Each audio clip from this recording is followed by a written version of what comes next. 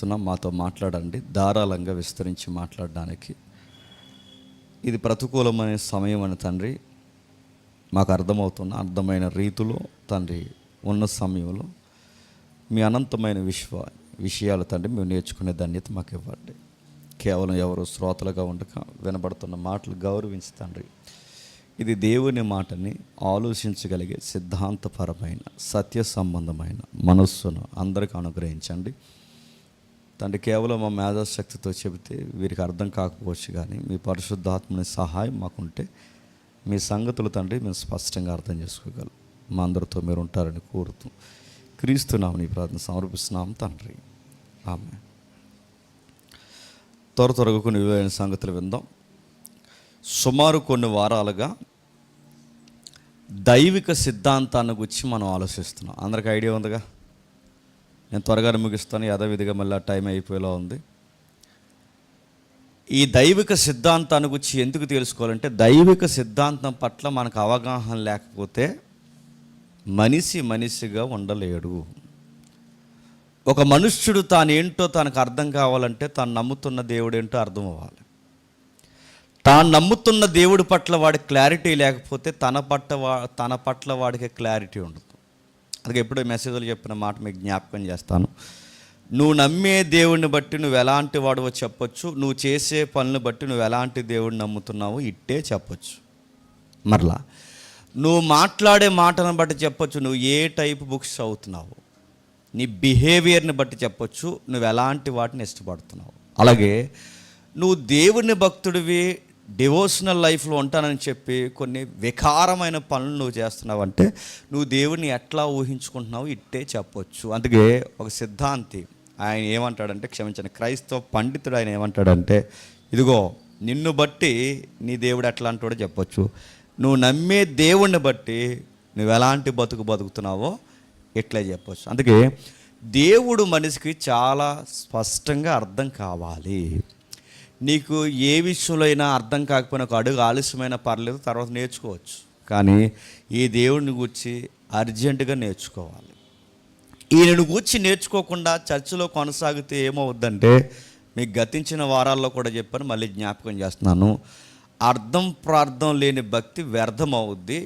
మీ భక్తి జ్ఞానానుసారంగా అంటే వాక్యానుసారంగా బిబిలికల్ వేలో లేకపోతే మీరు సంఘానికి రావడం టైం వేస్ట్ అవుతుంది. అందుకే నేను పోయిన వారం కూడా చెప్పాను, దేవా నేను అర్థం చేసుకునే శక్తిని మాకు అనుగ్రహించి ప్రభు అని ఇంటికి పోయిన తర్వాత చెప్పండి, ప్రార్థన చేయండి అని చెప్పాను. అంటే ఆయన అర్థం అవ్వాలి, ఆయన అర్థం అవ్వాలి. ఆ దేవుడని మేము నమ్ముతున్నామండి, యేసు ప్రభు దేవుడు అనుకుంటున్నామండి, యెహోవా కూడా అనుకుంటున్నామండి అంటే అనుకుంటే సరిపోదు. ఆయన గురించి క్లారిటీ ఉండాలి, ఆయన గురించి అవగాహన ఉండాలి. అలా మాట్లాడుకుంటూ దేవుడి వ్యక్తిత్వాన్ని గురించి మాట్లాడుతున్నప్పుడు దేవుడు ఏమై ఉన్నాడు బైబిల్ చెప్తుంది, ఆ దేవుడికి ఎలాంటి లక్షణాలు ఉన్నాయో బైబిల్ చెప్తుంది. అనంతుడైన దేవుడు, నిత్యుడైన దేవుడు ఎలాంటి నిత్యత్వంలో ఎలాంటి కాలమానంలో ఆయన వసిస్తున్నాడో చూసాం. ఆ తర్వాత ఆయనకున్న కొన్ని గుణ లక్షణాలు మనకు అనుగ్రహించాడని చూసాం. అందులో ప్రేమ, కోపము, ద్వేషము, ఇలాంటి విషయాల్లో మనం కూడా ఆయన లక్షణాలు కలిగి ఉన్నాం. వీటిని కమ్యూనికేబుల్ యాట్రిబ్యూట్స్ అంటారన్నాం. ఇవి చూసిన తర్వాత లాస్ట్ వీక్ మనం చూసింది ఎక్కడాగమంటే, అసలు దేవుడు ఏంటి అంటే దానికి మనం ఆలోచించింది, దేవుడు దైవత్వం అనే పదానికి చాలా వ్యత్యాసం ఉందని మనం చూసాం. జ్ఞాపకం ఉందన్న వాళ్ళు చెయ్యొద్దండి, చెయ్యెత్తితే అందరూ వాళ్ళందరూ చెయ్యొద్దండి. పోనీ జ్ఞాపకం లేని లాస్ట్ వీక్ వచ్చిన వాళ్ళు చెయ్యొద్దండి. లాస్ట్ వీక్ వచ్చిన వాళ్ళు సరే, అర్థమైందిగా ఎంతో కొంత. దేవుడికి దైవత్వానికి తేడా ఏంటంటే, దేవుడు అనేది గుర్తుపెట్టుకోండి, సార్వభౌముడు, సృష్టికర్త, పరిపాలించేవాడు, చక్రవర్తి, ఇలాంటి పదాలని ఎక్స్పోజ్ చేసే పదమే దేవుడు. దేవత్వానికి ఉండే అర్థం ఏంటంటే బైబిల్లో దాన్ని దగ్గర పోయి చూస్తే దేవత్వం అనే దానికి గాడే అన్నాడు. అంటే ఆయనలో బహుళత్వం ఉంది. అంటే ఓ ఇశ్రాయేలు వినుము, నీ దేవుడు అద్వితీయుడు, నీ దేవుడు ఒక్కడు, నీ దేవుని పోలిన వారు మరొకరు లేరు. ఈ దేవుడు అనే పదాన్ని ఇంకా మనం జూమ్ చేసి చూస్తే ఆ జూమ్లో మనకు కనబడుతున్నది ఏంటంటే ఆయనకి బహుళత్వం ఉంది. ఆ బహుళత్వంలో తండ్రి ఉన్నాడు, ఆ బహుళత్వంలో కుమారుడు ఉన్నాడు, ఆ బహుళత్వంలో పరిశుద్ధాత్ముడైన దేవుడు ఉన్నాడు. ఈ ముగ్గురు వ్యక్తిత్వాల దైవత్వాన్నే బైబిల్ దేవుడు అంతే. అది ఎలా ఉందో లాస్ట్ వీక్ మనం ఆలోచించాం. ఒకవేళ రాని వారు ఎవరైనా ఉంటే ఇంటికి వెళ్ళిన తర్వాత మీరు ఆలోచించండి, ఎందుకంటే చాలా సబ్జెక్ట్ ఉంది మనకి. అలా ఆలోచిస్తూ అందులో మోడలిజం అనేది ఎందుకు తప్పో చూస్తాం. ఆ మోడలిజంలోకి వచ్చినవే ఓసన్న మినిస్ట్రీ, ఆ మోడలిజంలోకి వచ్చినవే పెంతుకొస్తు మినిస్ట్రీలు, ఆ మోడలిజంలోకి వచ్చినవే ఎవరు శ్యామ్ కిషోర్ గారు, ఆ మోడలిజంలోకి వచ్చినవే బెల్లంపల్లి ప్రవీణ్ గారు, ఆ మోడలిజంలో బోధిస్తున్న వారు హైదరాబాద్లో మెజారిటీ చర్చిలు, ఆ మోడలిజానికి సంబంధించిన వారు ఈ మధ్యకాలంలో ఎక్కువ పాటలు పాడుతున్నారుగా, ఆయన పేరు ప్రకాష్ పాల్ గారు. ఇలా ఎవరైనా మీరు చూడండి, వీళ్ళని ఏమంటారంటే ఈ వన్ పెంటికొస్టల్ బ్యాక్గ్రౌండ్ అనే దాని నుంచి వచ్చిన వాళ్ళు వీళ్ళు. అంటే మీకు ఇంకా బాగా అర్థం కావాలంటే వీళ్ళు త్రిత్వాన్ని గూర్చి సరి అయిన అవగాహన లేకుండా దేవుని వ్యక్తిత్వాన్ని సరిగ్గా పరిచయం లేని ఒక అరకొర సిద్ధాంతానికి సంబంధించిన బోధలు. అందుకే వాటి జోలికి పోరు. మాట్లాడిన తండ్రిని కుమారుణ్ణి ఒకేసారి పోల్చి ప్రేయర్ చేస్తుంటారు. ఎవరికైనా మనం ప్రేయర్ ఇచ్చినప్పుడు కొంతమంది కన్ఫ్యూజ్ అయ్యి చేస్తారు, ఏంటి నాకు తెలియదు. కానీ ఆ ప్రేయర్ చేస్తున్నప్పుడు పరలోకమందున మా తండ్రి నువ్వు భూమి మీదకి వచ్చి మా కోసం రక్తం కాచావు అంటారు. తుస్సుమంది ఇంకక్కడ. నేను అడుగుతున్నాను, పరలోకమందున్న యేసయ్య, ఓకే ఆయన పరలోకమందు ఉన్నాడు, ఆయనకి టూ అడ్రస్ చూపిస్తూ లేదా ఆయన చూపిస్తూ మనం ల్యాండింగ్ కూడా ఏం పెడతాం చెప్తున్నా, మళ్ళీ టూగా ఆయన్నే పెడతాం. అంటే మరి ఈయన కాదంటే మీకు గతించిన వారిని చెప్పాను, ఈయన కాదు, ఆయన కాదు, పరిశుద్ధాత్ముడు ఈయన కాదు. అది అవతారం కాదు. డయాస్ ఎగ్జాంపుల్ చెప్పాక పెంటికొస్టల్ ఎగ్జాంపుల్స్ ఎలా ఉంటాయంటే మోడలిజానికి 19వ శతాబ్దం నుంచి నూతన రూపమే పెంటికొస్టలిజం, గుర్తుపెట్టుకో. ఇంకా లాస్ట్ వీక్ చూడండి, ఇవన్నీ నేను లాస్ట్ వీక్ చెప్పాను.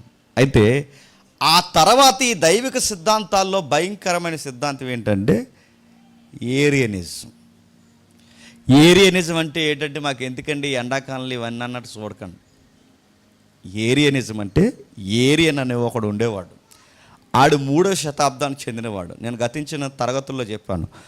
ఆ 3వ శతాబ్దానికి చెందినవాడు ఏమన్నాడంటే దేవుడు అంటే వాళ్ళ దృష్టిలో ఏరియన్ సిద్ధాంతం, దేవుడు యెహోవా దేవుడు మరో దేవుడిని తయారు చేశాడు అన్నాడు.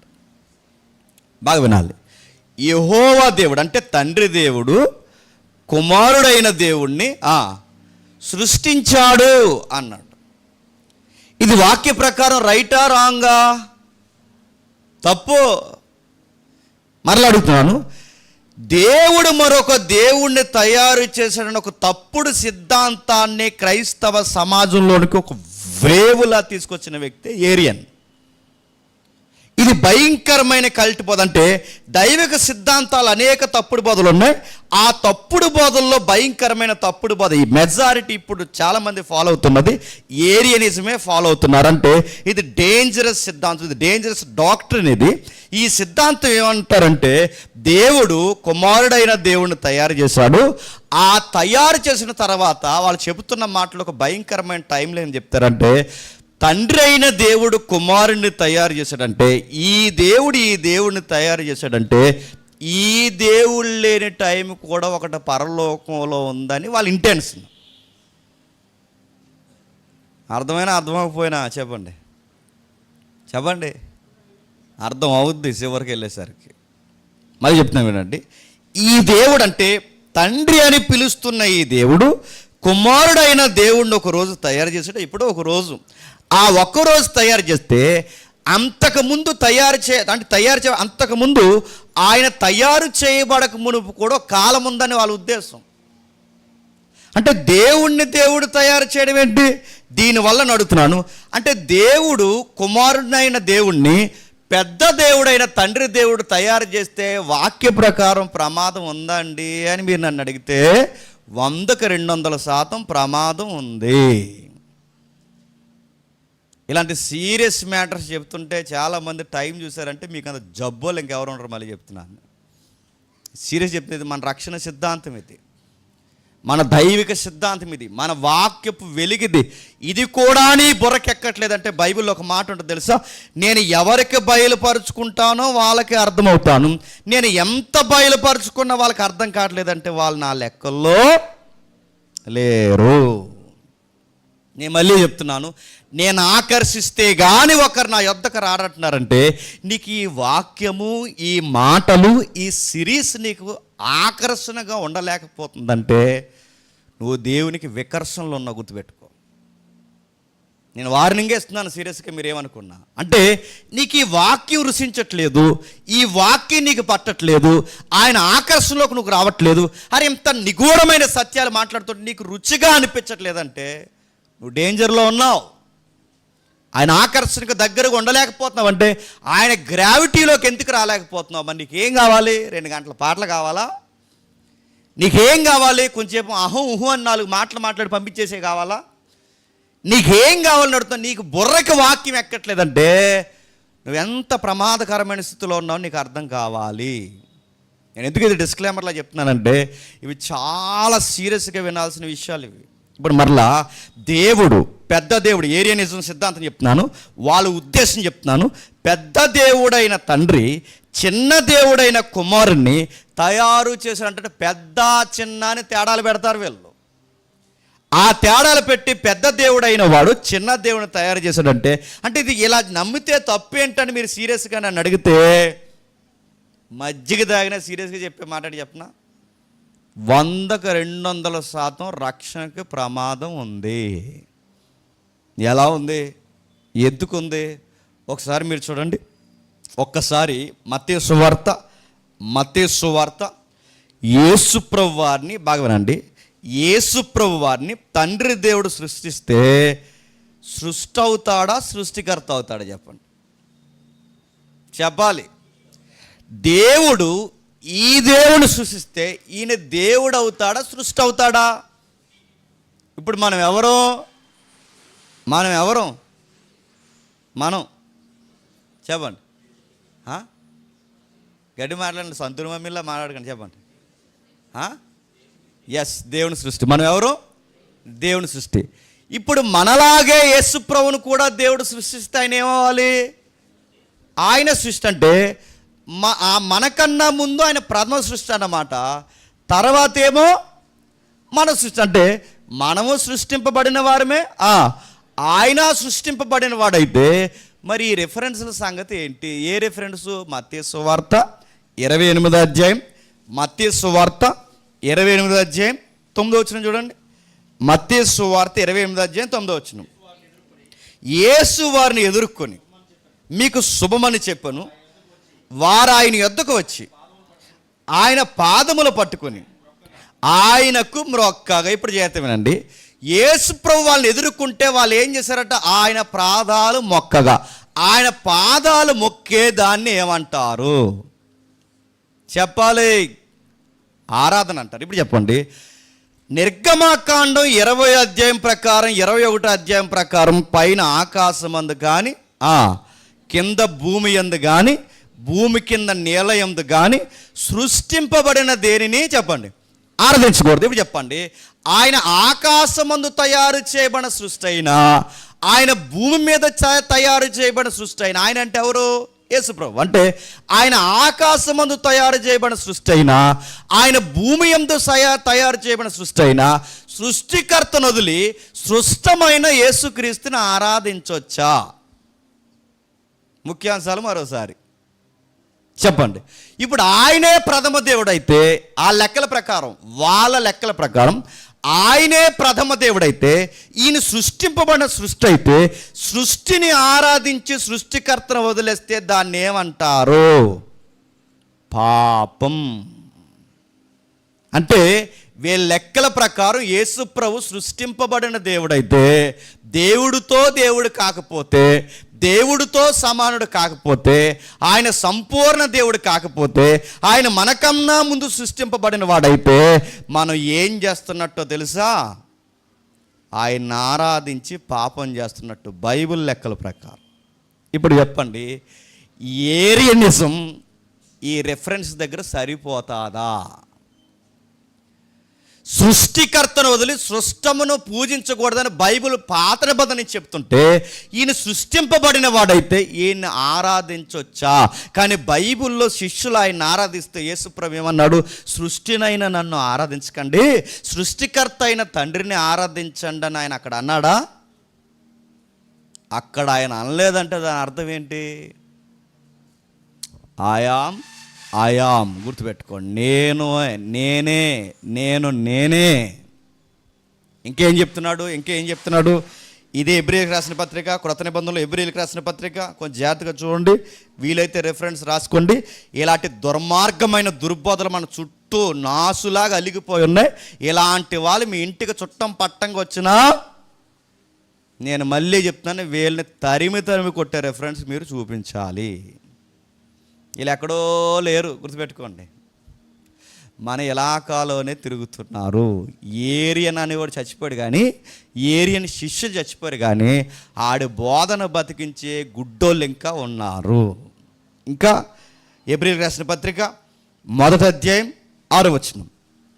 హెబ్రీయులకు రాసిన పత్రిక 1వ అధ్యాయం 6వ వచనం. మరియు ఆయన భూలోకమునకు ఆది సంభూతిని మరలా రప్పించినప్పుడు దేవుని దూతలందరూ ఆయనకు నమస్కారం చేయవలనని చెప్పుచున్నారు. ఇప్పుడు చెప్పండి, ఇందాక ఎవరు పూజించారు ఆయన్ని? శిష్యులు పూజించారు. యేసుప్రభు రెండో రాకళ్ళు ఎవరు మొక్కుతారంట? దేవదూతలు మొక్కుతారు. ఇప్పుడు చెప్పండి, దేవదూతలు మొక్కుతున్నారు, శిష్యులు మొక్కుతున్నారు, మనుషులందరిని ఆయన ఆరాధిస్తున్నారు. ఇప్పుడు చెప్పండి, దేవదూతలు మనుషులు ఆయన ఆరాధిస్తున్నప్పుడు సృష్టిని దేవదూతలు, సృష్టింపబడిన దూతలు ఆరాధిస్తాయా? అంటే మనకంటే క్లారిటీ లేదనుకోవచ్చు. నిరంతరము స్తోత్రారుడుగా సింహాసనం మీద కూర్చున్న దేవుడు ఎవరో, సృష్టింపబడిన వ్యక్తి ఎవరో దేవదూతలకి తెలియదా? తెలుసు కదా. అంటే దీన్ని బట్టి మనకేమర్థమవుతుంది? యేసు ప్రభువుని సృష్టికర్తగా మనుషులు ఆరాధించారు, యేసు ప్రభువుని సృష్టికర్తగా చెప్పండి దేవదూతలు ఆరాధించారు. దీన్ని బట్టి ఏమర్థమవుతుంది? ఈ దేవుడని కేటగిరీ ఇస్తున్నారుగా. ఈ పెద్ద దేవుడు ఈ చిన్న దేవుడు సృష్టిస్తే, ఈయన సృష్టి అయితే శిష్యులు ఎందుకు ఆరాధించారు? సృష్టిని శిష్యులు ఆరాధిస్తే పాపం అవుతుందా? అవదా? అవుతుంది.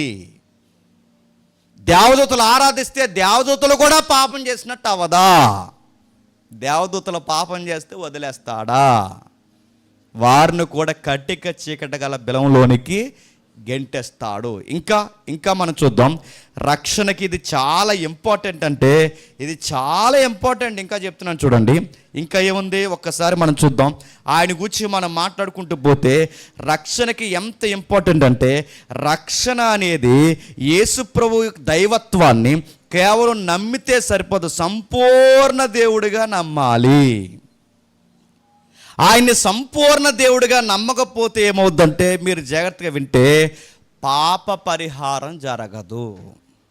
పాప పరిహారం అంటే తెలుసుగా, క్రయధనం చెల్లించడం. అంటే నువ్వు తప్పు చేస్తే పోలీస్ స్టేషన్లో కేసు కడితే అది కోర్టులో నేను పడేస్తే ఆ కోర్టు ఫైనల్ జడ్జిమెంట్ ఇస్తుంది. ఎందుకంటే జడ్జిమెంట్లు ఇచ్చే రైట్ ఎవరికి లేదు చెప్పండి? పోలీసుకి లేదు. ఆ కోర్టు కొన్నిసార్లు జడ్జిమెంట్ ఏమొస్తుందంటే, శిక్ష అనుభవించాలి, జరిమానా కట్టాలి. ఒకవేళ నువ్వు శిక్ష అనుభవించకుండా బయటికి రావాలంటే, కొన్ని కేసులు అన్నీ కాదు, కొన్ని కేసులు అంటే క్రిమినల్ కేసులు కానీ కొన్ని కేసుల నుంచి నువ్వు బయటికి రావాలి అంటే ఆ కేసుని బట్టి నువ్వు జరిమానా కట్టాలంటే క్రయధనం కట్టాలి. అంటే కొన్ని కేసుల నుంచి బయటికి రావాలంటే క్రయధనం కట్టాలి. యేసు ప్రభు బాగా వినండి, మన కొరకు క్రయధనముగా ఏమిచ్చాడట? తన ప్రాణాన్ని ఇచ్చాడు. ఇప్పుడు చెప్పండి, ఆయన సంపూర్ణ దేవుడు కాకపోతే ఎట్లాంటి ప్రమాదం వస్తుందండి అని ఒకవేళ మీరు నన్ను సీరియస్గా అడిగితే, మనం సరిగ్గా ఎవరికి విరోధంగా పాపం చేసాం తెలుసా? చెప్పండి. నీకు నువ్వు, నాకు నేను కాదు, నాకు నువ్వు విరోధంగా పాపం చేయలేదు, నీకు నేను విరోధంగా పాపం చేయలేదు. మనం సరాసరి పాపం ఎవరికి విరోధంగా చేసాం తెలుసా? దేవుడికి విరోధంగా చేసాం. దేవుడు అంటే ఏంటి చెప్పనా? అనంతుడు. ఏంటి? అనంతుడు. అనంతుడైన దేవునికి, పరిమితం లేని దేవునికి ఇన్ఫైనట్ గాడ్కి, అంటే దేవుడు అనంతుడైన దేవుడికి మనం వ్యతిరేకంగా పాపం చేసామంటే, ఇప్పుడు చెప్పండి, అనంతుడైన దేవుడి దృష్టిలో మనం పాపం చేస్తే అలాంటి అనంతుడైన దేవుడికి మనం బలియాగంగా మన పాపాన్ని తీసివేయాలి అంటే పరిమితమైన, సృష్టింపబడిన, సృష్టికర్త కాని పరిమితమైన, సృష్టింపబడిన సృష్టము అనంతమైన దేవుడి దృష్టిలో పాపాన్ని తీసేయగలదా? అర్థమైందో లేదో మళ్ళీ చెప్తానండి.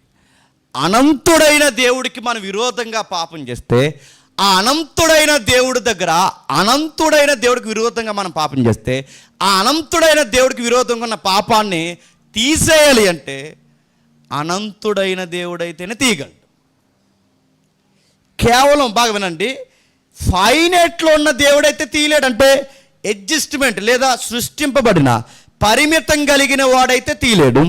పరిమితం లేని వ్యక్తికి మనం పాపం చేశాం కనుక అనంతుడైన దేవుడికి వ్యతిరేకంగా ఉన్న పాపాన్ని తీయాలంటే అనంతుడైతేనే తీయగలడు. ఎందుకు యేసుప్రభు సృష్టింపబడ్డాడని అనకూడదంటే అది రక్షణకి ప్రమాదం, అది మన రక్షణ జీవితానికి ప్రమాదం. ఇంకా ఏముంది, ఇంకా ముందుకెళ్ళే కొద్ది చూద్దాం. ఇంకా ఏమనుంది ఒక్కసారి యోహాను సువార్త ఇయ్యండి. రక్షణకి ఎంత ప్రమాదమో యోహాను సువార్త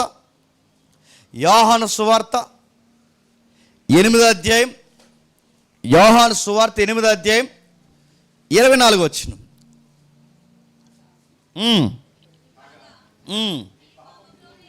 మీరు పాపములోనే ఉండి, ఇంకా పైనుండి చదవమ్మా. అప్పుడు ఆయన, నేను పైనున్నవాడును, మీరు ఈ లోక సంబంధులు కాగా మీరు పాపములోనే ఉండి మీరు చనిపోదురని మీతో చెప్పుదురి. కాంటెక్స్ట్ ఏంటి చెప్పిన, నేనే ఆయననని మీరు విశ్వసించాలి. నేనే ఆయనని మీరు విశ్వసించకపోతే మీరు మీ పాపాల్లోనే ఉండి, ఇప్పుడు చెప్పండి, నేనే ఆయనని విశ్వసించకపోతే మీరు మీ పాపాల్లో ఉండి చనిపోతారంటే, ఇప్పుడు ప్రశ్న, నేనే ఆయన అంటే ఎవరు చెప్పాలంటే? యేసుప్రభుని ఏమని నమ్మకపోతే మనం పాపాల్లో ఉండి చచ్చిపోతామంట. యేసుప్రభు ఏమని నమ్మకపోతే మన నరకానికి పోతామంట. యేసుప్రభు ఆయన్ని ఏమని నమ్మకపోతే మనకి శిక్ష వచ్చి పడుతుందట. ఆయనని నమ్మాలట. ఆయనని నమ్మడం అంటే ఏంటి? నేనే ఆయనను నమ్మాలి. నేనే ఆయననంటే ఈ నేనే అనే సౌండ్ ఎక్కడో విన్నాం. ఎక్కడా అంటే యేసుప్రభు శిష్యులకి చెప్తున్నది పాత నిబంధనలో సందర్భం ఎక్కడో చెబుతున్నాడు 8వ అధ్యాయంలో. ఎక్కడ సందర్భం ఒక్కసారి మీరు నిర్గమాకాండం తీయండి. నిర్గమాకాండము 3వ అధ్యాయం 14 వచనం. నిర్గమాకాండం 3వ అధ్యాయం 14 వచనం. అందుకు దేవుడు, నేను ఉన్నవాడును అనవాడు అంటే నేనే అంటే యేసుప్రభు వారు 8వ అధ్యాయంలో ఏం చెప్తానంటే, మోసే కనబడ్డానే నేనని, మోసేతో మాట్లాడానే నేనని, మోసేతో చెప్పానే అయామని. ఆ అయాం నేనే గుర్తుపెట్టుకోండి. ఆ రోజు మోసే అడిగారు, నువ్వు ఎవరని అడిగితే నేనేం చెప్పాలి? నేనేం చెప్పాలంటే అయామయాం అని చెప్పు, నేనే అని చెప్పు, నేను ఉన్నవాడిని అని చెప్పు, నేను ఉనికి కలిగిన వాడిని చెప్పు. ఆ మోసే అడిగినప్పుడు ఆ మోసే కనబడ్డాడే ఆ పొద దగ్గర చెప్పుకున్నాడే నేను ఉన్నవాడినని. ఆ ఉన్నవాడిని నేనే అని మీరు నమ్మకపోతే మీ పాపాల్లో ఉండి మీరు చెప్పండి చచ్చిపోతారు. ఇవి చెప్పండి. యేసుప్రభు శిష్యులకి, ప్రజలకి ఏమని చెప్తున్నాడంటే, నేను ఆయనని ఏంటని మోసేకి చెప్పుకున్నానే, ఆ మోసేకి చెప్పుకున్న ఆయనను నేనే అని మీరు నమ్మకపోతే చెప్పండి మీరు మీ పాపాల్లోనే ఉండి చెప్పండి చనిపోతారు. ఇప్పుడు చెప్పండి, యేసుప్రభుడు సృష్టికర్త అని నమ్మకపోయినా, సంపూర్ణ దేవుడు అని నమ్మకపోయినా, సృష్టింపబడిన వాడు కాడు, ఆయన సృష్టికర్త అని నమ్మకపోయినా మహాపాపం. మళ్ళీ చెప్తున్నాను నేను, పాపం అనగానే అబద్ధం ఆడావా, దొంగతనం చేసావా, వ్యభిచారం చేసి ఇవన్నీ సెకండ్ గ్రేడ్, మళ్ళీ చెప్తున్నా తర్వాత విషయాలు. కానీ ఫస్ట్ లైన్లో దేవుడు ఏం నిలబడతాడు చెప్తున్నా, అసలు యేసుప్రభు అంటే నువ్వేమనుకుంటున్నావు? బైబిల్ మొదటి లైన్లో నువ్వు సీరియస్గా విషయం తీసుకోకపోతే బైబిల్ చెప్తుంది, నిన్ను ఏ బలి, ఏ వ్యక్తి, ఏ విశ్వాసము, ఏ యజ్ఞయాగము, ఏ పుణ్యకార్యాలు నిన్ను కాపాడలేవు. నువ్వు ఏమని నమ్మాలి అంటే తాను వచ్చిన కుమారుడు ఏమై ఉన్నాడు నువ్వు నమ్మాలి. ఆ నేచర్ ఆఫ్ గాడ్ ఏంటో నీకు తెలియాలి.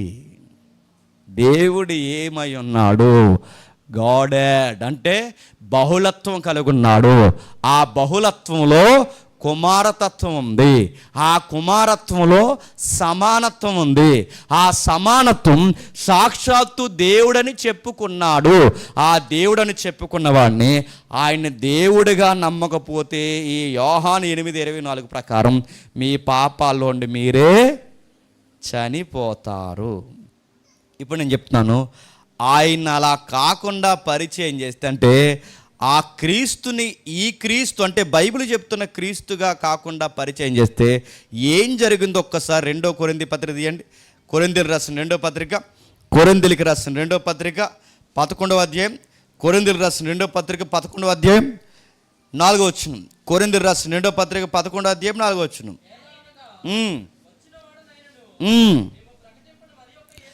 మేము ప్రకటింపని మరొక యేసును ప్రకటించినను, లేక మీరు పొందని మరి యొక్క ఆత్మను మీరు పొందినను మీరు అంగీకరింపరని మరి యొక్క సువార్త మీరు అంగీకరించినను మీరు వారిని గూర్చి సహించుట యుక్తమే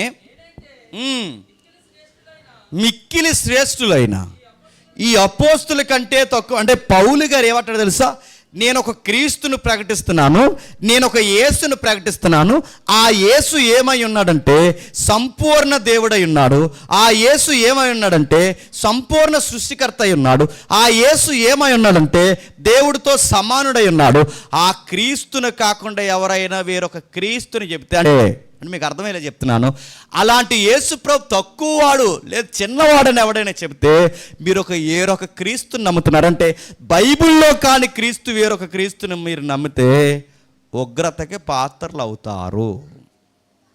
మీకు డౌట్ రావచ్చు, మరి ఏమనంటే మరి తండ్రి నాకన్నా గొప్పోడు అన్నాడు కదండి అని. చూద్దాం, ఆ ముఖ్యాంశాలు చివరిలో ఉన్నాయి.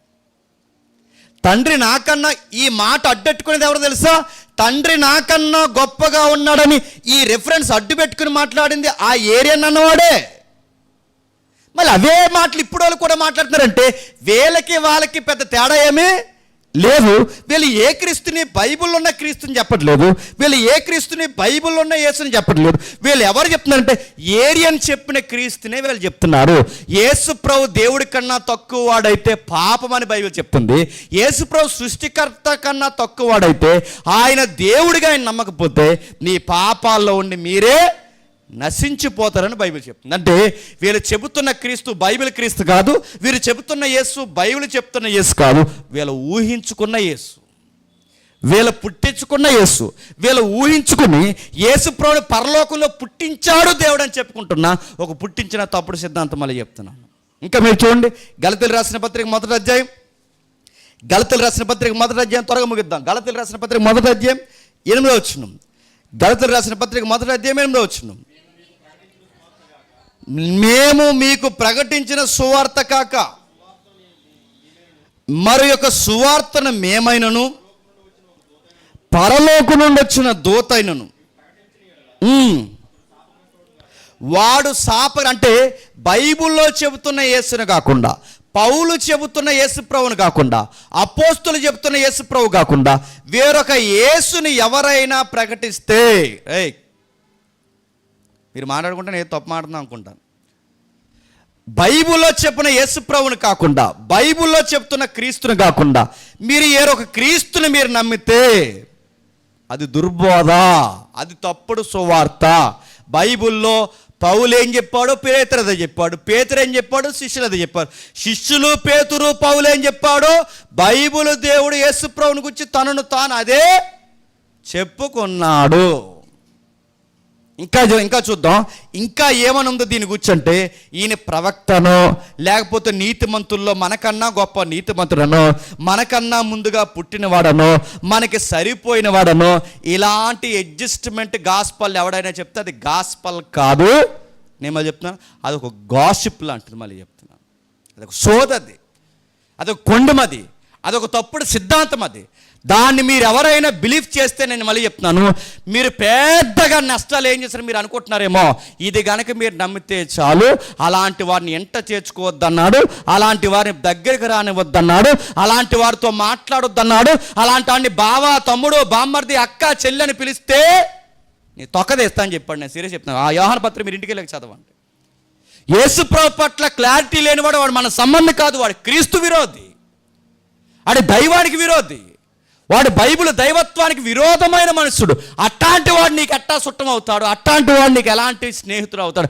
అలాంటి వాడితో నువ్వు ఎట్లా చట్టా పట్టాలు వేసుకుని బజ్జీలు కాఫీలు తాగుతున్నావు? ఊరుకోడుగా ఊరుకోండి, నేను సీరియస్గా చెప్తున్నాను. ఆ యేసు ప్రభుని ఏమని నమ్ముతున్నారు? అలా నమ్మకపోతే ప్రమాదం అంటే ప్రమాదమే. బైబిల్ పక్కా చెబుతుంది. ఆ అనంతుడైన దేవుడి దృష్టిలో పరిమితుడైన దేవుడు అంటే అనంతుడైన దేవుడు, పరిమితమైన దేవుడు, అనంతమైన దేవుడికి విరోధంగా ఉన్న పాపాన్ని పరిమితమైన దేవుడు తీసేయగలడా?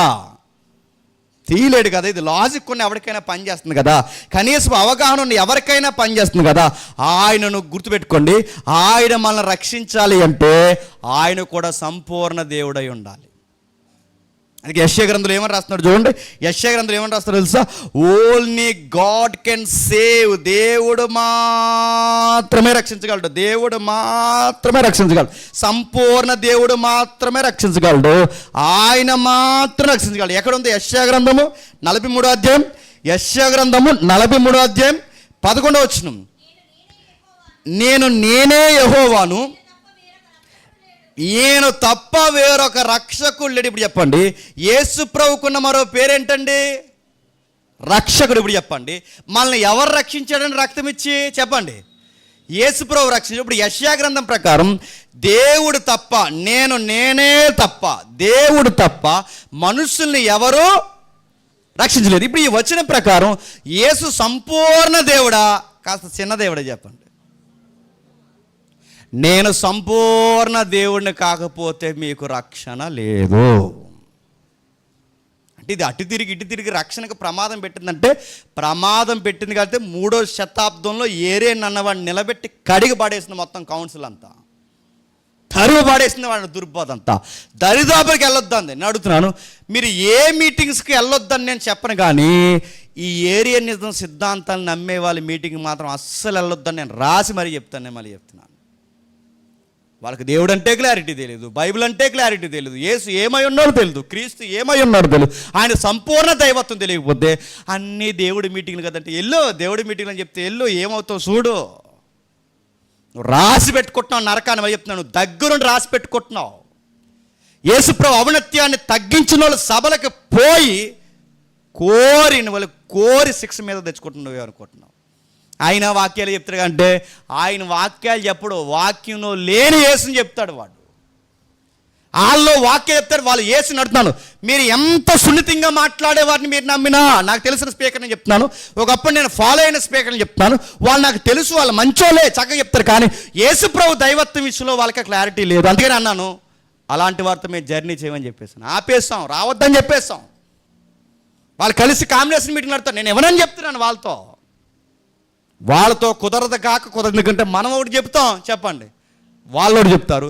మనం యేసుప్రభు సంపూర్ణ దేవుడు అని చెప్తాం, వాళ్ళు ఏం చెప్తారు చెప్పిన? యేసుప్రభు చిన్న దేవుడు మనల్ని కాపాడడానికి వచ్చాడంటారు. చిన్న దేవుడు అని ఎక్కడుంది? ఆయన రక్షకుడు. యెషయా అంటున్నాడు, నేను తప్ప వేరొక రక్షకుడు లేడు అడుగుతున్నాను. నేను తప్ప వేరొక రక్షకుడు లేడని యెషయా గ్రంథంలో దేవుడు నేను తప్ప వేరొక రక్షకుడు లేడంటే, మరి క్రొత్త నిబంధనలో కనబడుతున్న ఆ రక్షకుడు ఎవరు చెప్పండి? అంటే 2 రక్షకులు ఉన్నారా? చెప్పాలి. నేను తప్ప వేరొక రక్షకుడు లేడంటే యెషయాలో ఉన్న ఆ రక్షకుడే, క్రొత్త నిబంధనలో ఉన్న ఈ రక్షకుడే చెప్పండి, ఆ రక్షకుడు. మోసేకి పొదలో కనబడిన ఆ రక్షకుడే శిష్యులకి ప్రత్యక్షమై అన్నాడు, నేను ఆ పొద దగ్గర కనబడిన ఆయనను నేనే అని మీరు నమ్మాలి. అర్థమవుతుందా? ఇంకొంత మజ్జిగ చెప్పండి, అర్థమవుద్ది, ఆగండి. ఇంకా చూద్దాం, ఇంకా ఏమవుద్ది మీరు చూడండి ఒకసారి. కొరింథీయులకు రాసిన మొదటి పత్రిక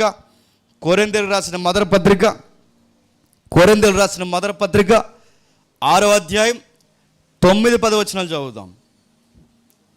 కొరింథీయులకు రాసిన మొదటి పత్రిక 6వ అధ్యాయం 9-10 వచనాలు. అన్యాయస్తులు దేవుని రాజ్యానికి వారసులు కారు, మీకు తెలియదా?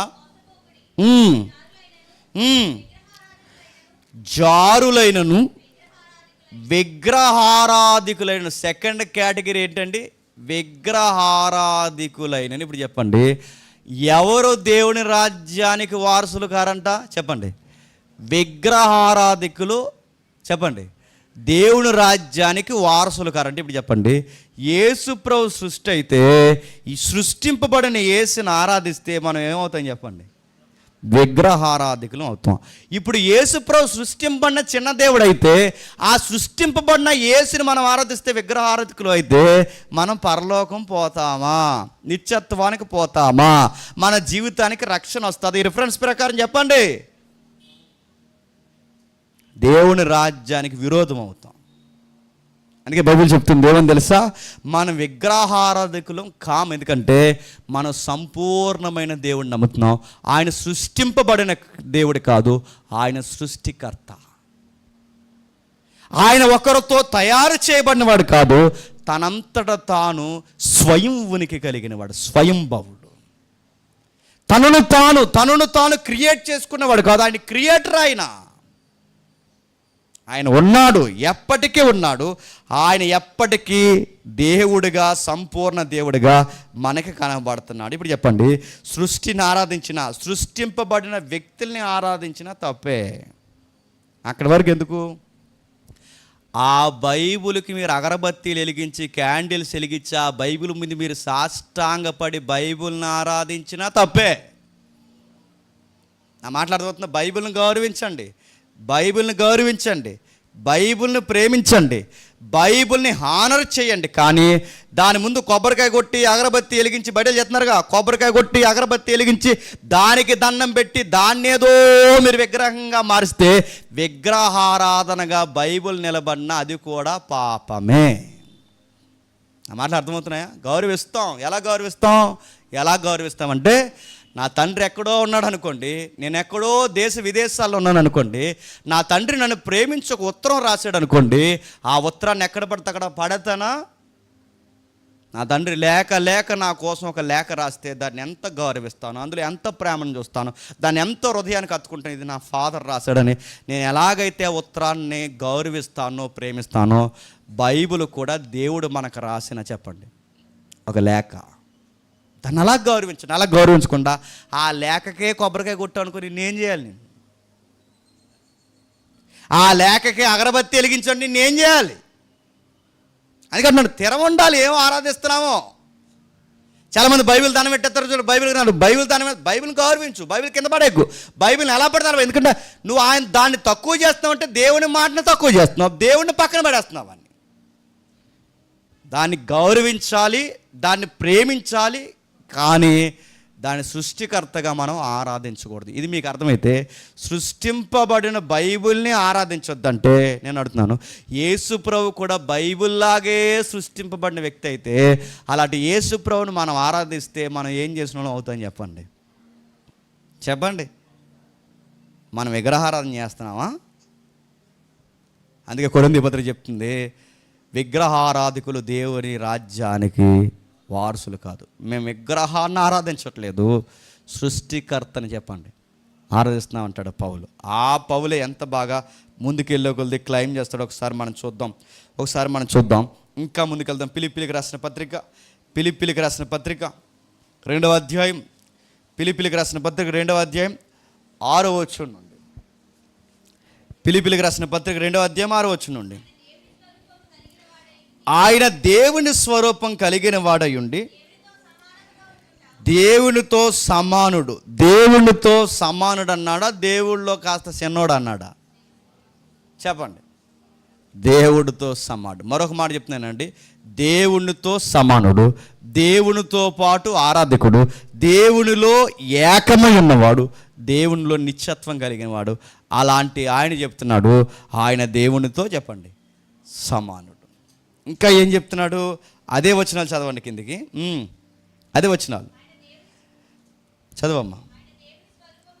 ఆయన దేవుని స్వరూపం కలిగిన వాడై ఉండి దేవునితో సమానముగా ఉండుట విడిచిపెట్టకూడని భాగ్యమని ఎంచుకొనలేదు, కానీ మనుషుల పోలికగా పుట్టి దాసుని స్వరూపం ధరించుకుని తానును తానే రుక్తినిగా చేసుకుని. రిఫరెన్స్ అవుతుంటే మీకు ఏం జ్ఞాపకం వస్తుంది? దేవుడు చెప్పండి లోకమును చెప్పండి ఎంతగానో చెప్పండి ప్రేమించాడు. దేవుడు చెప్పండి, దేవుడు లోకాన్ని ఎంతగానో ప్రేమించాడు. దేవుడు లోకాన్ని ఎంతగానో ప్రేమించాడని చెప్పాలి అంటే ఆ ప్రేమను చూపించడానికి గాడెడ్, గుర్తుపెట్టుకొని ఆ పదం మర్చిపోవద్దు. ఆ గాడెడ్ దైవతత్వంలో ఉన్న ఆ దేవుడు వస్తే ప్రేమ కావచ్చును సరిపోద్దా? ఆ దేవుడు రాకుండా దేవుడు సృష్టించిన ఏదన్నా పంపితే ప్రేమకు సరిపోద్దా చెప్పండి? ఆ దేవుడే రావాలి. ఇప్పుడు నేను ఉన్నానండి, ఒక యజమానుడు లేదా ఒక ఫాదరు, నిన్ను సంపూర్ణంగా ప్రేమిస్తాను అన్నప్పుడు ఆ ప్రేమకి ఏంటి ఫాదర్ నాకు రుజువు ఏంటని అడిగితే సుధాకర్ని పంపుతున్నాను అంటే ఎలా ఉంటుందండి? ఇప్పుడు నేను ఎక్కువ నిన్ను ప్రేమించినట్ట, సుధాకర్ ఎక్కువ ప్రేమించినట్ట? బాగానండి, నేను మిమ్మల్ని ప్రేమిస్తే మిమ్మల్ని ప్రేమించినందుకు వచ్చి నేను చచ్చిపోవాలి, నువ్వు నా బిడ్డవు కనుక. నేను ప్రేమిస్తే, నువ్వు నన్ను ప్రేమిస్తే, నేను నిన్ను ప్రేమిస్తే, నీ పట్ల నేను ప్రేమ గర్పరుస్తున్నప్పుడు నీ పట్ల నాకు సంపూర్ణమైన ప్రేమ, అనంతమైన ప్రేమ, ఊహించలేనంత ప్రేమ, ఎంతో ప్రేమ ఉందన్నప్పుడు ఆ ప్రేమను కనపరచడానికి నేనే రావాలి. దైవత్వంలో భాగమైన నేను రాకుండా సుధాకర్ని పంపుతున్నానంటే, సుధాకర్ వచ్చి మీకోసం చచ్చిపోతే, ప్రేమిస్తున్నానని చెప్పిన నేను సావకుండా ఇంకా బతుకుండి సంబంధం లేని సుధాకర్ అంటే సుధాకర్ సృష్టింపబడ్డాడు, సృష్టింపబడిన సుధాకర్ వచ్చి మీకోసం చచ్చిపోతే నాకన్నా మిమ్మల్ని ఎక్కువ ఎవరు ప్రేమించినట్టు చెప్పండి? సుధాకర్ ప్రేమించినట్ట? మరో మాట అడుగుతున్నాను, దేవుని ప్రేమ అంటే యేసు ప్రభు కేడర్ తగ్గిస్తే ఏమవుతుంది చెప్పనా? దేవుని ప్రేమను కూడా అనుమానించిన వాళ్ళు అయిపోతున్నాం, గుర్తుపెట్టుకోండి. గాడ్ దేవుడు దేవుడు దేవుడు అంటే సృష్టికర్త, రాజు, చక్రవర్తి. దైవత్వము అంటే ఆ దైవత్వంలో చెప్పండి వ్యక్తిత్వాలు ఉన్నాయి. ఆ దైవత్వంలో, ఆ దేవుల్లో, ఆ దైవతత్వంలో తత్వం మన కొరకు బలవడానికి తానే వచ్చాడు. ఇంకా నేను చెప్తున్నాను, ఒకవేళ యేసుక్రీస్తు వారు కూడా మనలాగా సృష్టింపబడిన వాడైతే మానవుడైన దాసుడైన మానవుడి కొరకు మరో దాసుడు చనిపోవడం ఏమైనా బాగుందా? మీకు అర్థమవుతుంది లేదు? ఈ విషయాలు చాలా పెద్ద పెద్ద విషయాలు. నేను మళ్ళీ అడుగుతున్నాను, మనం అందరం దేవుని దాసులం అయితే ఈ దాసుడి కోసం మనకన్నా ముందు పుట్టిన ఒక దాసుడు మన కోసం చచ్చిపోతే అది దేవుని ప్రేమ అవుతా? దాసుడే ప్రేమించినట్టు కదా మనల్ని. ఇక దేవుడు మనల్ని ప్రేమించినట్టేంటి? అందులో దేవుని ప్రేమ ఏం కనబడుతుంది అంటే ఒక దాసుడు చచ్చిపోయాడు దాసుడి కోసం, అందులో ఏముంది? దేవుడు మనల్ని ప్రేమిస్తున్నట్టు ఏమన్నా చెప్పినా దేవుడే, దైవత్వమే చెప్పండి మన కోసం బలి అవ్వాలి, సిలువ ఎక్కాలి, అందులో ప్రేమ కలదు. ఆ దేవుని త్యాగంలో ప్రేమ కలదు. అందుకే ఒకవేళ సృష్టికర్త, దేవుడు సృష్టికర్త, సృష్టింపబడిన వ్యక్తిగా యేసైతే సృష్టి మరొక సృష్టి కోసం చచ్చిపోతాదా? మీకు అర్థమవుతుందో లేదు? సృష్టి మరొక సృష్టి కోసం చచ్చిపోద్దా అంటే సృష్టి అయినా మన కోసం ఇంకో సృష్టి చచ్చిపోద్దా? మన కోసం చనిపోవాలి అంటే సృష్టికర్తే దిగి రావాల్సి వచ్చింది. ఇది అయిన తర్వాత మళ్ళీ కన్ఫ్యూజ్ అయిపోతారు కొంతమంది బ్యాచ్, వీళ్ళకి తలాదలదు తోకదలదు. వీళ్ళు ఏమంటారంటే అంటే ఆ తండ్రే వచ్చి బలి అయిపోయాడు అంటావంటే నీకు అదే, నీకు గాడాడ్ అంటే ఏంటో తెలియాలి నీకు. గతించిన వారం ఏం చెప్పాం విను. గాడాడ్ అంటే దైవత్వానికి దేవుడికున్న తేడా ఏంటో తెలిస్తేనే ఈ పదాలు ఏంటో నీకు అర్థమవుతాయి. ఇంత చెబితే, ఇంత వివరిస్తే ఏమంటారంటే వీళ్ళు ఏమంటున్నారంటే అండి ఈయన ఒకటైపోయారండి అంటున్నారు వీళ్ళు. మీకు తిరమది వెళ్దాం చెప్పండి, వారమది వెళ్దాం. సరే ఇంకేం రాస్తున్నాడు ఇంకా చూద్దాం ఒకసారి.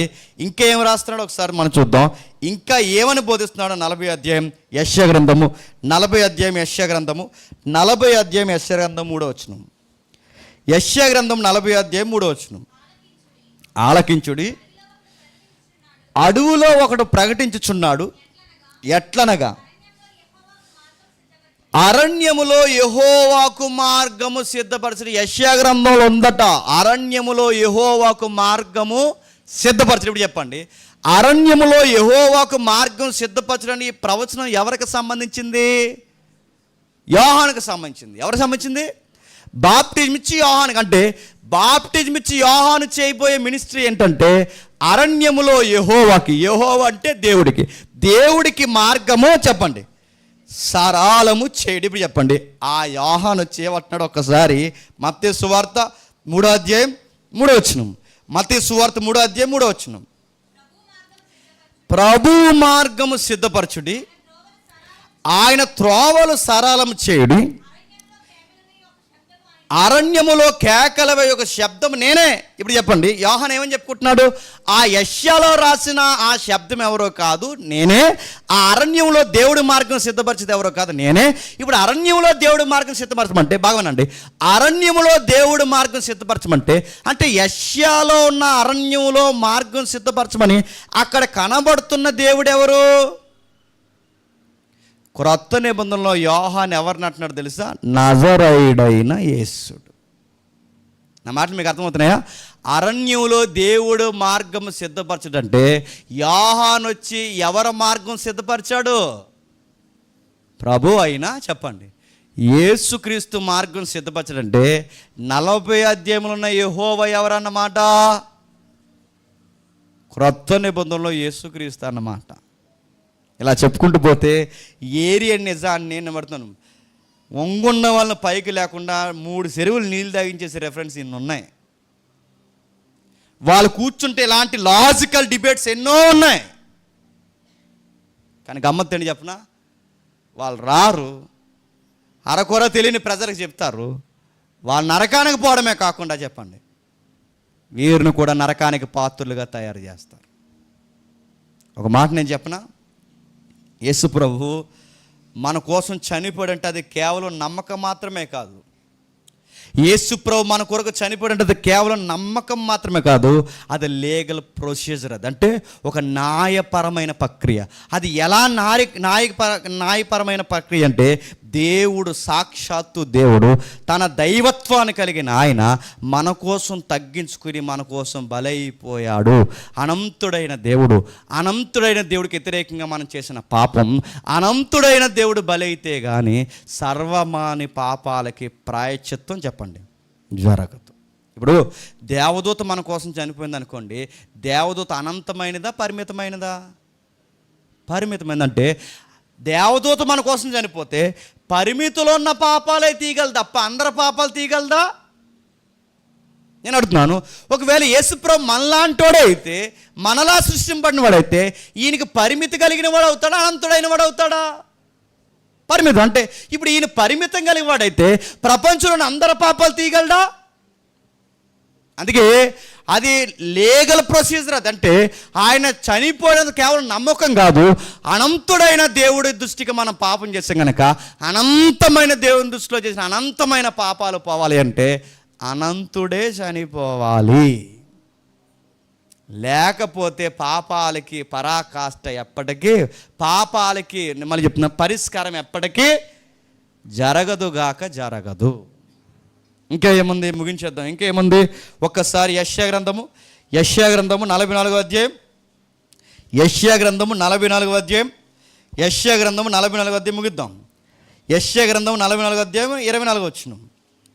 యెషయా గ్రంథము 44వ అధ్యాయం 24వ వచనం.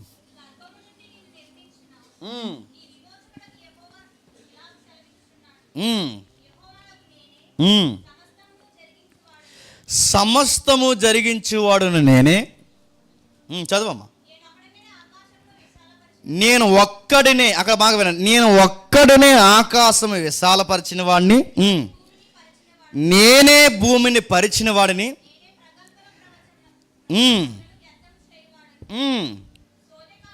ఇంకా కిందికి పోతే నేనే ఆకాశమును విశాలపరిచిన వాడిని, నేనే సమస్త సృష్టిని తయారు చేసిన వాడిని, ఒకరి సహాయం లేకుండా భూమిని కూడా తయారు చేసిన వాడును నేనే. ఇప్పుడు చెప్పండి, ఆకాశాన్ని తయారు చేసింది ఎవరు? యెహోవా. భూమిని తయారు చేసింది ఎవరు? యెహోవా. సమస్తాన్ని సృష్టించింది ఎవరు? యెహోవా.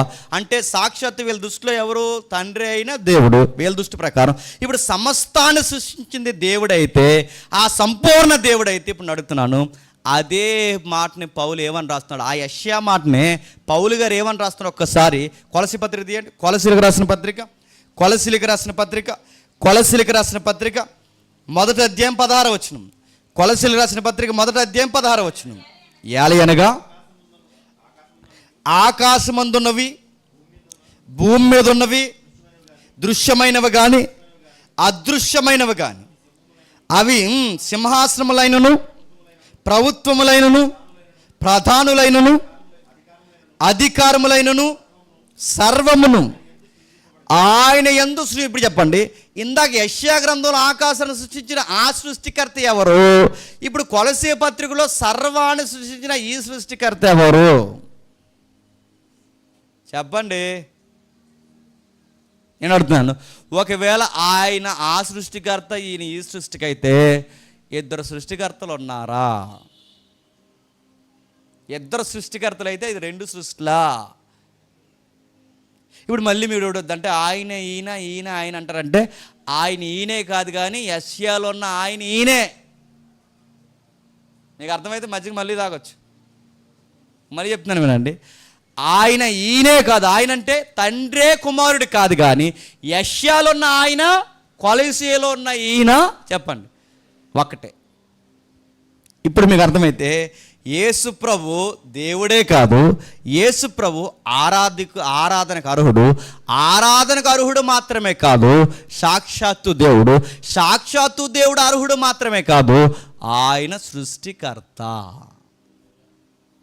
ఆయన అలా నమ్మకపోతే గుర్తుపెట్టుకోండి, మన నిత్యత్వానికి ప్రమాదం అని బైబిల్ చెబుతోంది. ఇంకా ఏముంది? ముగించేద్దాం. ఇంకా ఏముంది? యెషయా గ్రంథము 42వ అధ్యాయం, యెషయా గ్రంథము 42వ అధ్యాయం ముగించేద్దాం. యెషయా గ్రంథము 42వ అధ్యాయం 8వ వచనం. యెషయా గ్రంథము 42వ అధ్యాయం 8వ వచనం. యెహోవాను నేనే, ఇదే నా నామము,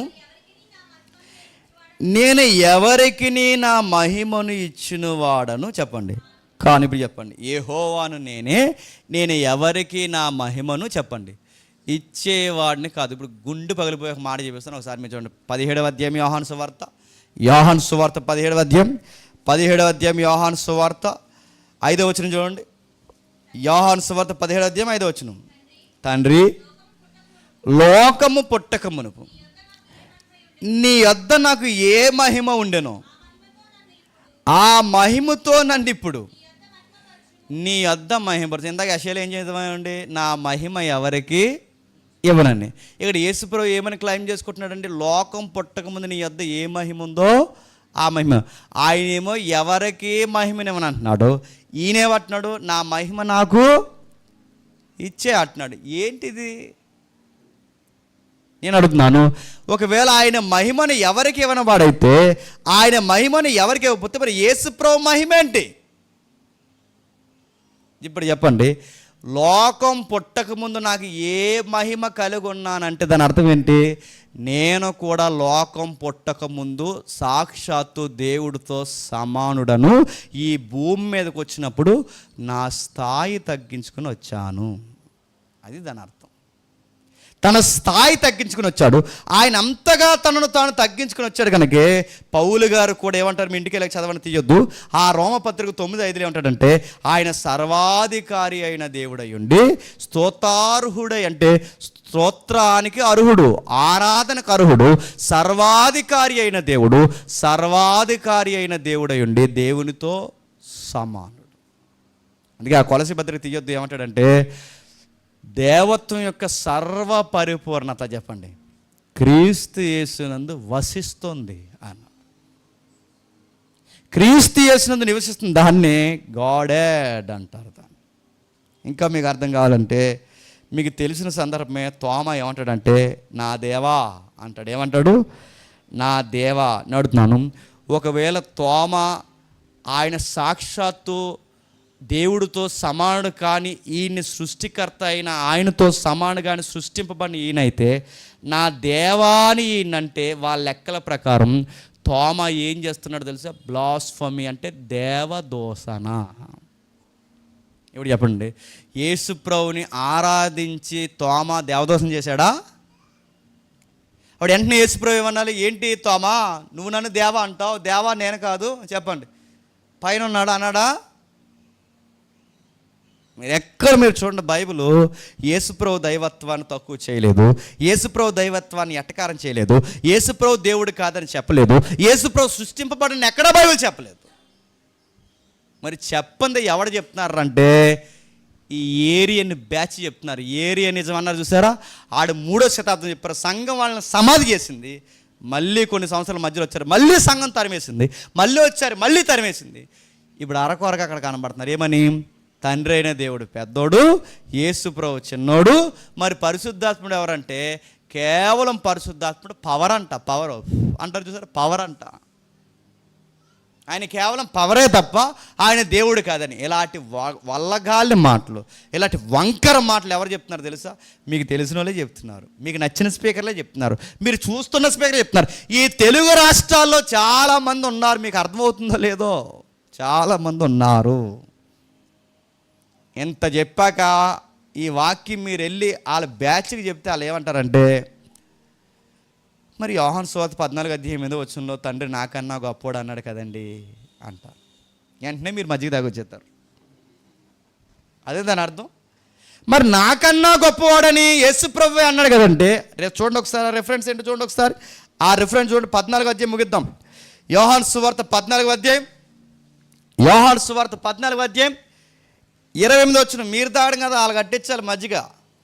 ఈ రెఫరెన్స్ మీకు అర్థమైతే యోహాను సువార్త 14:28 నేను వెళ్ళి మీ వద్దకు వచ్చేదనని. 14:28 నేను వెళ్ళి మీ వద్దకు వచ్చేదనని మీతో చెప్పిన మాట.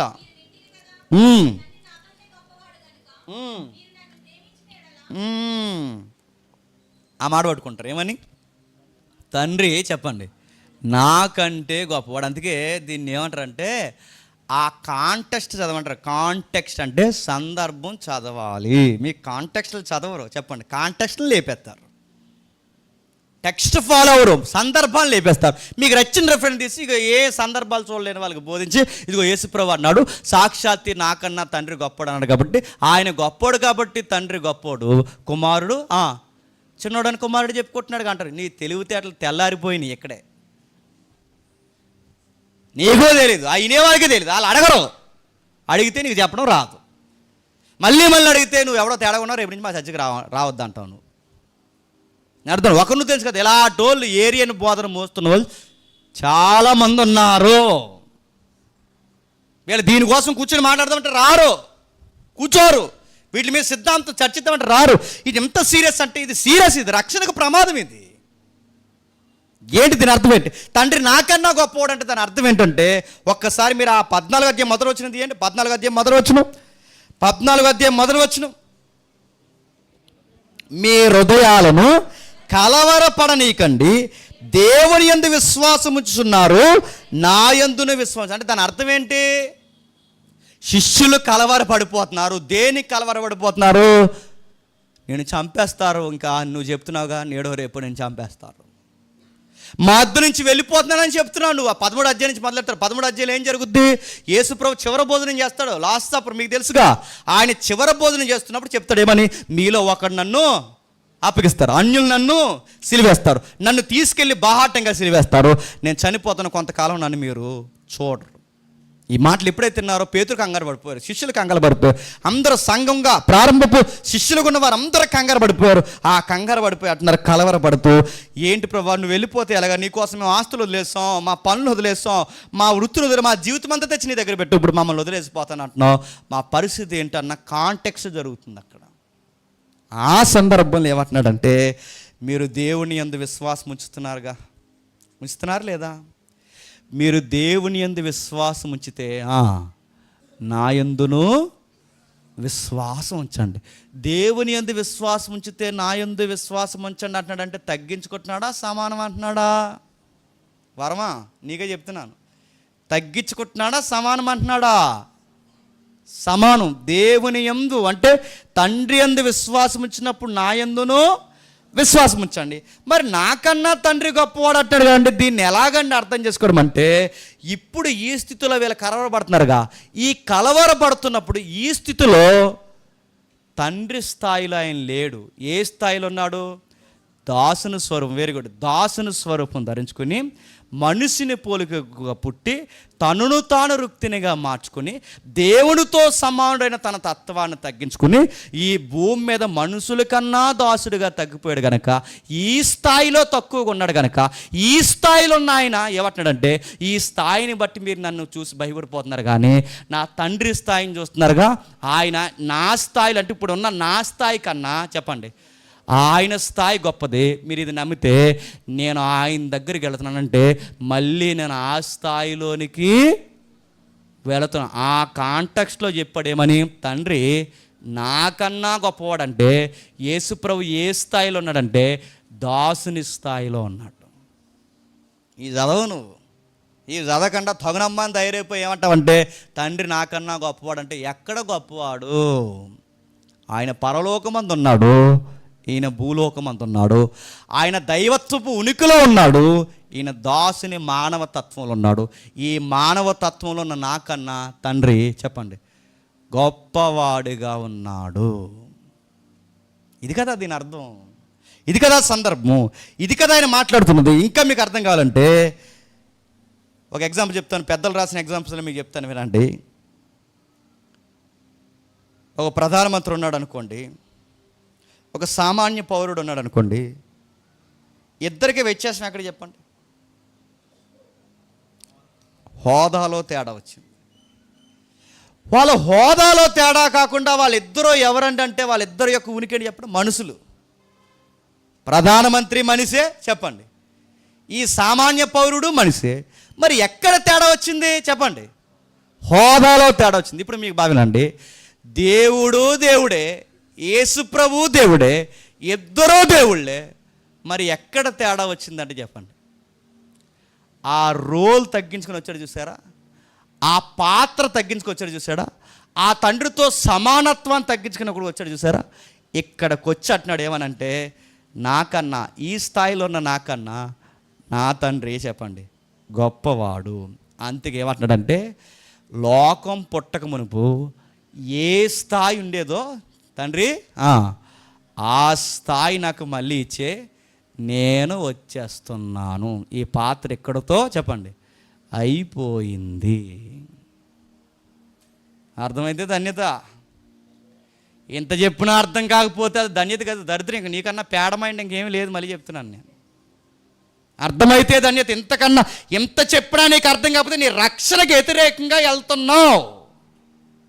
యేసుప్రభు దైవత్వాన్ని తక్కువ చేస్తే మళ్ళీ చెప్తున్నాను, తండ్రి తర్వాత సృష్టింపబడిన వాడని అనకండి. ఈ పదాలే తప్ప, భాషే తప్పు. యేసుప్రభు సృష్టింపబడినవాడు, ఆయన మానవుల్లో గొప్పవాడు, కాకపోతే మనకన్నా నీతిమంతుడు.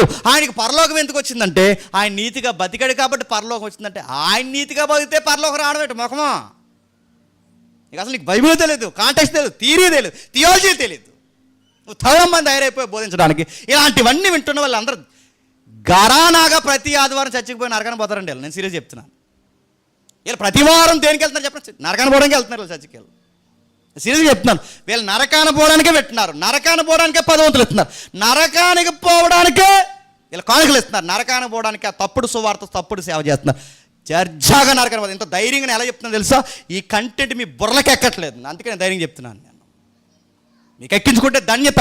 ఆ యుగోలు మానేసా, ఆ భయంకరమైన గొడవలు మానేసి, అసలు వీడు ఏం చెప్తున్నారు, ఈ బైబిల్ ఏం చెప్తుందని కాస్త వింటే, యేసుప్రభు దైవత్వాన్ని ఒప్పుకుంటే మీ పాపాల్లో మీరు నశించిపోకుండా ఉంటారు. ఆయన ఒప్పుకోకపోతే మీ పాపాల్లో మీరే నశించిపోతారు. ఇంకా ఏమని వివరించాలి, ఏమని చెప్పాలి? యేసుప్రభు సిద్ధాంతాన్ని తప్పుడు సిద్ధాంతంగా మలిసింది ఎవరంటే ఆ ఏరియా వాడు తెచ్చాడు. ఆడు చచ్చినా కానీ ఆ సిద్ధాంతం ఇంకా బతికెత్తున్నారు. నేను మళ్ళీ చెప్తున్నాను, గుర్తుపెట్టుకోండి.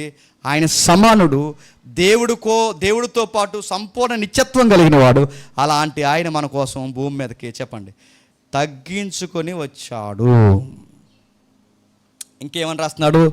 ఆ ప్రవచనాల సారాంశాన్ని మీరు ఎన్నిసార్లు చదువుకున్నా, ఎక్కడ చదువుకున్నా, ఎన్ని మార్లు మనం తిరిగేసుకున్నా, ఆ 14:28 వచ్చిన మాట ఏంటంటే తన స్థాయిని గూర్చి, అంటే భూమి మీద ఉన్న తన స్థాయిని గూర్చి మాట్లాడుతున్నాడు తప్ప తన ఉనికిని కోల్పోయినట్టు అంటే ఇప్పుడు ఎక్కడో ప్రధానమంత్రి ఉన్నాడండి, ప్రధానమంత్రికి రేపు రిటైర్మెంట్ వస్తుందని కూడా వస్తుంది. ప్రధానమంత్రి గారు రిటైర్మెంట్ రాదా? ఆయన ప్రధానమంత్రిగా రిటైర్మెంట్ వచ్చిన తర్వాత ఆయన మళ్ళీ యథాస్థితికి వచ్చేసిన తర్వాత ఆయనకి పూర్వ స్థాయి ఉండదేమో కానీ గుర్తుపెట్టుకోండి, ఈ స్థాయిలో ఉన్నాడు. ఇప్పుడు ఈ ప్రధానమంత్రి, రిటైర్ అయిపోయిన ప్రధానమంత్రి కూడా ఆ ప్రధానమంత్రిని గౌరవించడా? ఇప్పుడు ఆయన గౌరవిస్తున్నాడు కాబట్టి ప్రధానమంత్రి గారు ఇంక మనిషి కదండి, ఇంకా ఆయన ఎవరోనండి, అది ఏదో అయిపోయాడండి అంటే నిన్నేమంటారు చెప్పు? మనిషి తత్వం వేరు, పోషించే పాత్ర వేరు. పాత్రకి తత్వానికి లింక్ ఎడుతున్నావంటే నీ చదువు అక్కడే తెల్లారిపోయింది. నీ బైబిల్ చదువు, సీరియస్ చెప్తున్నా, నీ చదువు అక్కడే తెల్లారిపోయింది. పోషించే పాత్ర వేరు, చెప్పండి, వ్యక్తిత్వం వేరు. ఇప్పుడు నేను ఉన్నాను, మీరు నేను మనుషులమా కదా? లేదండి జేమ్స్ అనే మాకన్నా కొంచెం గొప్పడండి, రాత్రులు ఆయనకి 2 ఇలా వస్తాయండి పైకి అంటారు. మీరు నేను ఒక్కటే. ఎక్కడ తేడా అంటే మీరు కూర్చున్నారు చెప్పండి, నేను ఎక్కడంటే పోషించే పాత్ర తేడా ఉంది తప్ప మన మనుషులు సమానులు, ఒకే ఉనికి కలిగిన వారు. నువ్వు పుట్టావు, నేను పుట్టాను. నువ్వు మరణిస్తావు, నేను మరణిస్తాను. నువ్వేం చేసావు దేవుని దృష్టిలో నేను అదే చేస్తాను. ఇది ఓకే, కానీ పోషించే పాత్ర తేడా. ఇది మీకు అర్థమైతే ఆయన తండ్రితో సమానుడు, ఆయన దేవుడే, ఈయన దేవుడే, చెప్పండి, పరిశుద్ధాత్ముడు దేవుడే అయితే మరి దేవుళ్ళు అవ్వాలిగా అంటే, అందుకే లాస్ట్ వీక్ ఏమంటున్నాను, దేవుళ్ళు అవరు, దాని ఏకత్వం పిలుస్తారు. ఏమని? గాడెడ్, దైవత్వము అంటారు దాన్ని. అర్థమైతే నిజంగా చెప్తున్నాను, మీరు ధన్యులండి. ఓ ఇశ్రాయేలు వినుము, నీ దేవుడు అద్వితీయుడు. ఆ అద్వితీయుడు అన్న దాన్ని జూమ్ చేసి చూస్తే ఆ అద్వితీయతలో బహుళత్వం ఉంది, ఆ బహుళత్వంలో ఏకత్వం ఉంది.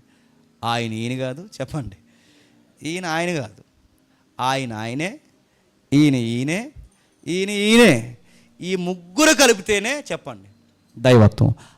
ఈయనగా రాలేదు, ఆయనగా రాలేదు.